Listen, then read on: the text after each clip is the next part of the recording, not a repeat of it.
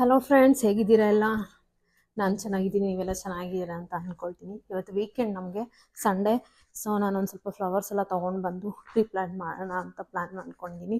ಈ ಪಾಟ್ ನೋಡಿದ ತಕ್ಷಣ ಇಷ್ಟ ಆಯಿತು. ನಮ್ಮದು ಇಂಟೀರಿಯಲ್ ಡೆಕೋರೇಷನ್ಗೆ ಈ ಕಲರ್ ಪಾಟ್ ಮ್ಯಾಚ್ ಆಗುತ್ತೆ ಅಂತ ನೋಡಿದ ತಕ್ಷಣ ಇಷ್ಟ ಆಗಿ ತೊಗೊಂಡು ಬಂದಿದ್ದೀನಿ. ಸೊ ಈಗ ನಾನು ಫ್ಲವರ್ ತೊಗೊಂಡು ಬಂದಿದ್ದೀನಿ, ರೀಪ್ಲಾಂಟ್ ಮಾಡಿ ತೋರಿಸ್ತೀನಿ ನಿಮಗೆ. ಗಿಡ ನೋಡಿದ ತಕ್ಷಣ ತುಂಬ ಇಷ್ಟ ಆಯಿತು. ನಾವು ಇಂಡಿಯಾದಲ್ಲಿ ತುಂಬ ಪೂಜೆಗೆ ಯೂಸ್ ಮಾಡ್ತೀವಿ, ಹೊರಗಡೆ ಎಲ್ಲ ತೊಗೊಂಡು ಬರ್ತೀವಿ, ಈಸಿಯಾಗಿ ಸಿಗುತ್ತೆ ನಮಗೆ. ಇಂಡಿಯಾದಲ್ಲಿ ಇಲ್ಲಿ ಹಾಗೆಲ್ಲ ಸಿಗೋದಿಲ್ಲ.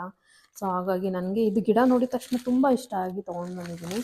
ರೀಪ್ಲಾಂಟ್ ಮಾಡಬೇಕು. ನಾನು ತುಂಬ ದೊಡ್ಡ ಪಾಟೇ ತೊಗೊಂಡ್ಬಂದಿದ್ದೀನಿ. ಇದು ತುಂಬ ದೊಡ್ಡ ಗಿಡ ಆಗುತ್ತೆ ಅಂತ ಅಂದ್ಕೊಂಡಿದ್ದೀನಿ, ಯಾಕಂದರೆ ಫ್ಲವರ್ಸ್ ನೋಡಿ ಇಷ್ಟು ದೊಡ್ಡದಾಗಿದೆ ಒಂದೊಂದು ಹೂವು ಬಂದು. ಸೊ ಹಾಗಾಗಿ ದೊಡ್ಡ ಪಾಟೇ ತೊಗೊಂಡ್ಬಂದಿದ್ದೀನಿ.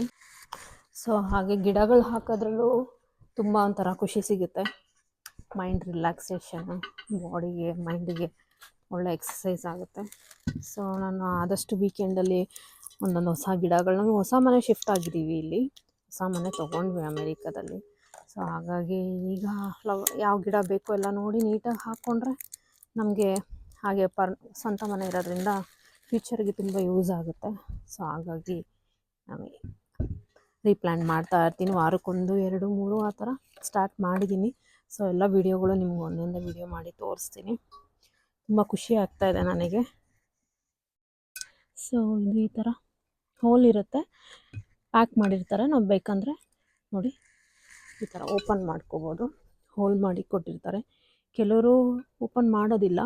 ಸೊ ಏಕೆಂದರೆ ಇನ್ನೂ ಒಂದು ಪಾಟ್ ಇಟ್ಟು ಹೊರಗಡೆ ಡೆಕೋರೇಷನ್ ಮಾತ್ರ ಇದು ಯೂಸ್ ಮಾಡ್ತಾರೆ. ಸೊ ನಾನು ಇಲ್ಲ ಡೈರೆಕ್ಟಾಗಿ ಫ್ಲವರ್ ಹಾಕೋಣ ಅಂತ ಅಂದ್ಕೊಂಡಿದ್ದೀನಿ. ಮಣ್ಣಿಂದಿದು, ಸೊ ಚೆನ್ನಾಗಿ ಫ್ಲವರ್ ಬರುತ್ತೆ ಅಂತ.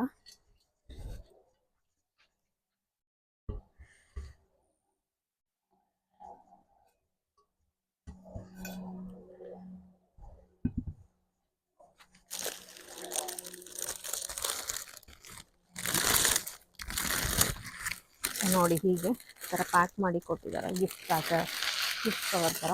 ನಾವು ಈ ಥರ ಯಾರಿಗಾರು ಗಿಫ್ಟ್ ಕೊಡೋರಿದ್ರು ಕೊಡ್ಬೋದು.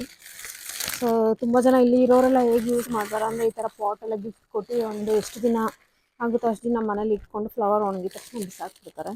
ಸೊ ಇಲ್ಲಿಯವ್ರಿಗೆ ಇಷ್ಟು ಶಾಮಂತಿಗೆ ಹೂವು ಅಷ್ಟು ಗೊತ್ತಿಲ್ಲ, ಡೆಕೋರೇಟೆಡ್ ಹೂವು ಅಂತ ಅಂದ್ಕೊಂಡು ಯೂಸ್ ಮಾಡ್ತಾರೆ. ಬಟ್ ನನಗೆ ನೋಡಿದ ತಕ್ಷಣ ಇಷ್ಟ ಆಯಿತು. ಚೆನ್ನಾಗಿ ಬೆಳೆಸೋಣ ನಾವು ಅಂತ ರೆಡಿ ಮಾಡ್ತಾಯಿದ್ದೀನಿ.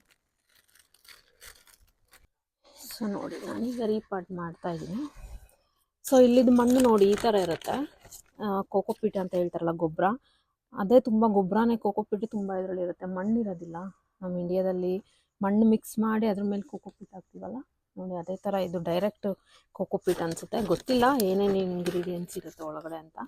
ಸೊ ಮೇ ಬಿ ಇಲ್ಲಿ ಕ್ಲೈಮೇಟಿಗೆ ತುಂಬ ಕೋಲ್ಡ್ ಇರುತ್ತಲ್ಲ ಇಲ್ಲಿ, ಸೊ ಇಲ್ಲಿ ಕ್ಲೈಮೇಟಿಗೆ ಈ ಥರ ಇರುತ್ತೆ ಅಂತ ಅಂದ್ಕೊಂಡಿದ್ದೀನಿ. ನನಗೂ ಇದ್ರ ಬಗ್ಗೆ ಅಷ್ಟು ಐಡಿಯಾ ಇಲ್ಲ. ಫುಲ್ ಪಾಟಿಗೂ ನಾವು ಇದೇ ಥರನೇ ಹಾಕಬೇಕು, ಇನ್ನು ಎಕ್ಸ್ಟ್ರಾ ಮಣ್ಣು ಥರ ಬೇರೆ ಏನೂ ಇರೋದಿಲ್ಲ. ಸೊ ಇಲ್ಲಿ ನೋಡಿ ಇವರು ಹಾಗೆ ಮಾಡಿದ್ದಾರೆ. ಸೊ ಹಾಗಾಗಿ ನೋಡಿ ಇವರು ಆದಷ್ಟು ಫುಲ್ಲು ಕೋಕೋಪೀಟಲ್ಲೇ ಮಿಕ್ಸ್ ಹಾಕಿ ರೀಪಾಟ್ ಮಾಡಿ ಇಟ್ಟಿರ್ತಾರೆ. ಸೊ ಹಾಗಾಗಿ ನಾವು ಇಲ್ಲಿ ಯಾವ ಥರ ಯೂಸ್ ನೋಡಿ ರೆಡಿ ಆಯಿತು ನಮ್ಮದು ಶಾಮಂತಿಗೆ ಗಿಡದ ಪಾಟು. ಹೀಗೆ ಕಾಣ್ತಾ ಇದೆ ನೋಡಿ, ಎಷ್ಟು ಚೆಂದ ಕಾಣ್ತಾ ಇದೆ.